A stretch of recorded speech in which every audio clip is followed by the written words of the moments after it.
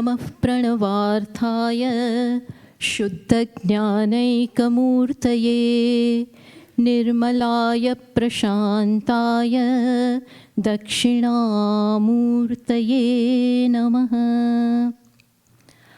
My many humble prostrations unto Swamiji and salutations to all the Swamijis seated on the stage, and also salutations to all the Swamis and Swaminis, Brahmacharis, dignitaries, and board members in the hall, and namaskara to everyone.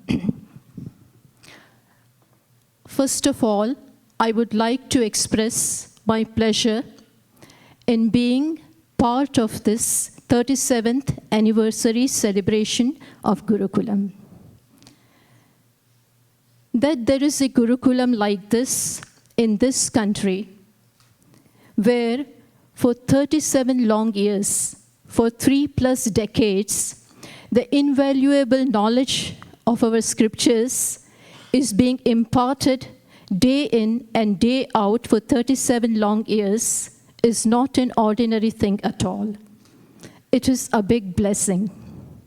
And for this, we will always remain indebted and grateful to Pujya Swamiji for finding this place, and of course to Swami Viditatmananji for carrying on this parampara in a beautiful manner, adeptly and efficiently carrying on the parampara as envisaged by Pujya Swamiji. I would now like to briefly appreciate the vital role of Gurukulam in the lives of the seekers.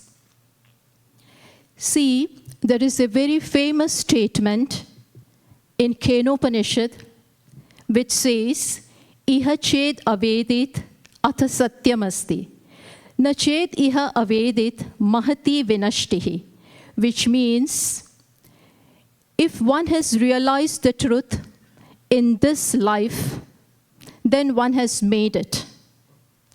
And if one fails to realize the truth in this life, then there is big loss.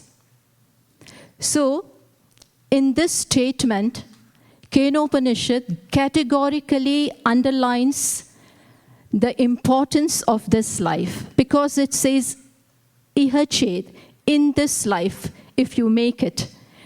This puts a huge responsibility on us to make it in this life itself.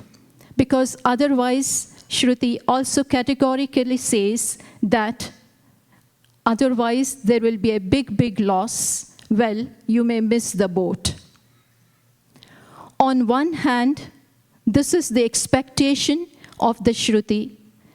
And on the other hand, we find it is a big irony of life that we are all born ignorant. Anadi mayaya suptaha, which means we have been sleeping in the slumber of ignorance since immemorial time. So understand, life begins with a challenge. Human being has to travel a long distance from ignorance to knowledge, from avidya to vidya. And we all know that pushed by a continual sense of inadequacy and want, born of ignorance, human being tries to fulfill one desire after the other. And we find that a major chunk of life passes away in fulfilling the desires. Only the objects of desires are replaced one by one, but the desirer remains constant. The desirer remains intact. It is only when, by the punyas that one has earned and by the grace of Ishvara and parents, when a discerning person realizes that, what am I doing? No matter how many desires I have fulfilled, and yet my cup is not full. I began as a child and fulfilled the desires pertaining to that age, then adolescence, then youth, so on and so forth. And yet, I am the same dissatisfied person with all my accomplishments, wealth, name, fame, power, position, the same dissatisfied person as I was as a child with few toys. And so now, after analyzing the experiences of life, when he takes a pause and takes stock of life, he finds that, unfortunately, he has made no headway. Life has ebbed away, and he still continues to remain the same discontent person. And so now, questions such as, what am I doing? Where am I going? I have spent my life in fulfilling certain desires, and yet I am nowhere. What is it that I really want? What is the desire behind all the desires? What is the goal of life? What is the destination? And what is the path leading to this destination? Such questions such as this crowd his mind. And yet, he is in dark. Of course, this is a very, very big opening. In Swamiji's words, this is nothing but the result of the past earned merits. But as I said, he is still in the dark. It is very well said that living intelligently is seeking help when you require. Arjuna was confounded, as we all know, in the battlefield of Kurukshetra. And he too needed help. And he sought the help from his charioteer, who became his guru.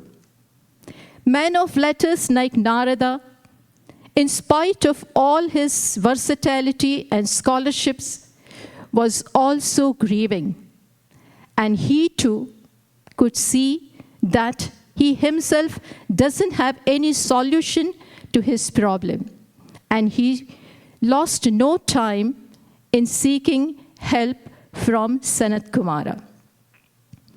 In this respect, Mother Shruti herself gives a clarion call to mankind in Kathopanishad. Uttishtata Jagrata, O human beings, arise and awake. Arise from the sleep of ignorance in which you have been from beginningless time, and make a headway. Prapya varan nibodhata. Find men of wisdom and learn from them. That will be the only panacea to the ills of ignorance which the life is full with. We need not worry because we have Arsha Vidya Gurukulam right here.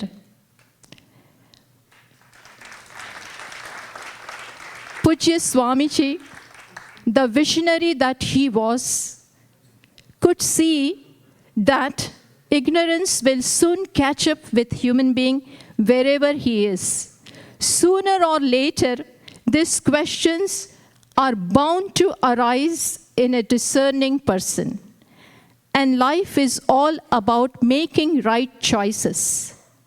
And when the right time comes and we make the right choice, well, our life is made. And that is why Pujya Swamiji has, understanding this need of human beings, the spiritual need, has found this place. This is a wonderful Gurukulam where you have host of teachers. Knowledge can be learned from qualified teachers. And here there are qualified teachers. Please come and learn and avail of this Gurukulam. And make your life, make it in this life itself, as Kenopanishad says. Lastly, I would like to wish and pray in the words of Taittiriya Upanishad. Yatapah pravatayanti yatha masa aharjaram evam mam brahmacharinah datarayantu sarvatasvaha, which means just as water flows down to a slope, just as months rolls into year, similarly, I pray that, O Ishvara, may seekers, may brahmacharis, may students from all the walks of life and all the quarters come here and avail of this Gurukulam and make the life successful in the real terms of the word. Om Tat Sat. Thank you.